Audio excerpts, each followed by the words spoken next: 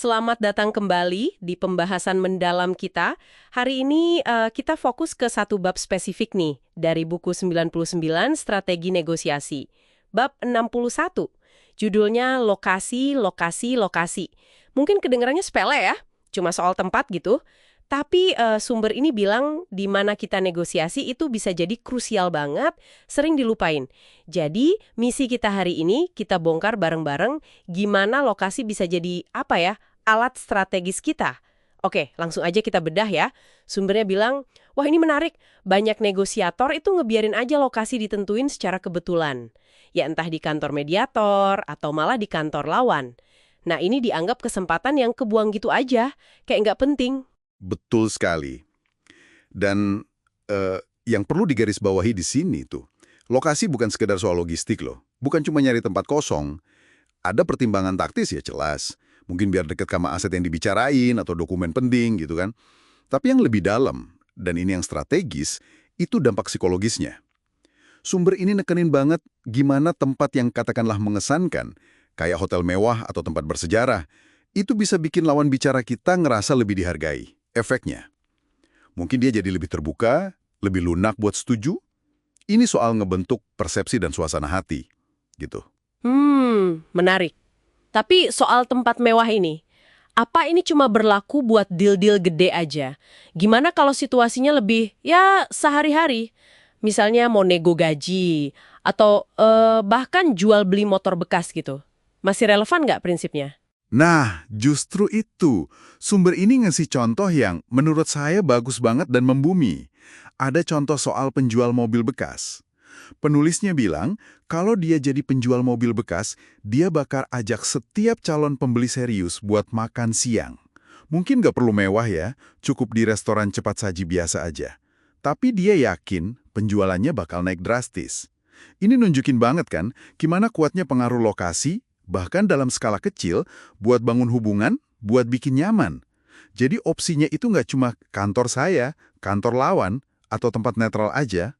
Oh, jadi kita didorong buat mikir lebih kreatif gitu ya soal tempatnya, nggak standar-standar aja. Tepat, sumbernya ngasih banyak banget opsi.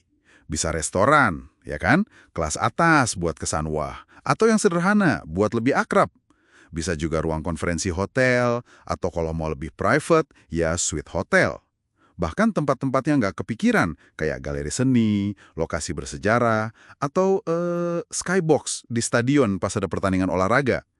Ini kalau tujuannya mau bangun relasi yang kuat. Kuncinya, pilih tempat yang paling pas sama tujuan negosiasi kita saat itu. Oh ya, dan jangan lupa detail kayak catering yang enak. Kenyamanan fisik itu penting loh, biar pikiran juga jernih. Oke, ini menarik banget sih, tapi saya bisa bayangin ada yang mikir, wah sewa suite, catering khusus, itu kan mahal, buang-buang uang aja. Nah, gimana sumber ini ngejawab keraguan soal biaya tambahan ini? Apa argumennya? Sumber ini punya argumen yang cukup kuat sih soal ini. Coba deh bandingin, katanya. Bandingin sama biaya mediator, yang bisa jadi mahal banget, tapi cuma dapat ruangan sempit, sama ya paling kopi sama roti lapis seadanya gitu. Penulisnya kayak nantang kita, apa kita rela hemat sedikit di lokasi, tapi risikonya malah kehilangan jauh lebih banyak? Mungkin karena suasananya tegang, nggak enak, atau bahkan dealnya jadi nggak optimal? Jadi biaya lokasi ini dianggap sebagai investasi. Investasi buat hasil akhir yang lebih baik. Suasana yang pas itu bisa ngaruh banget ke psikologi dan keputusan. Tapi kan nggak mungkin semuanya mulus terus ya. Pasti ada hal-hal yang perlu diwaspadai juga dong, jebakannya gitu. Pasti ada. Tentu saja. Ada dua peringatan penting nih dari sumbernya. Pertama, hati-hati kalau negosiasi di kandang lawan. Ya, secara umum, ini bisa bikin posisi kita kurang enak, baik secara psikologis maupun logistik. Kedua, dan ini ditekankan banget sama penulis, selalu periksa privasi ruangan. Cek betul-betul sebelum mulai. Ini bisa jadi mimpi buruk loh. Sumbernya ngingetin soal bahaya dinding tipis, atau pintu yang nggak kedap suara, bahkan saluran ventilasi udara yang bisa nyalurin suara obrolan rahasia kita ke ruangan sebelah. Wah, bahaya banget kan? Bayangin aja kalau strategi kita bocor cuma gara-gara hal sepele kayak gini. Waduh, iya juga ya. Nggak kepikiran sampai situ. Jadi kesimpulannya apa nih buat Anda semua yang lagi nyiapin negosiasi? Intinya lokasi itu bukan faktor pasif yang ya udah terima aja gitu.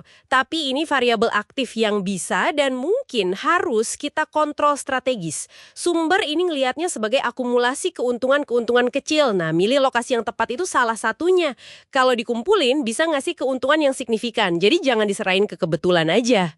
Nah, ini mungkin jadi bahan renungan ya buat Anda semua. Coba deh pikirin, seberapa sering Anda secara sadar milih lingkungan fisik buat percakapan penting? Nggak harus negosiasi formal kok, diskusi penting lainnya juga bisa. Lain kali kalau Anda mau ngobrol serius, coba berhenti sebentar deh, pikirin. Tempat ini ngebantu tujuan saya atau malah ngehambat ya? Pengaruh lingkungan yang kadang nggak kelihatan ini ke psikologi dan hasil akhir percakapan kita, mungkin jauh lebih besar dari yang kita duga selama ini.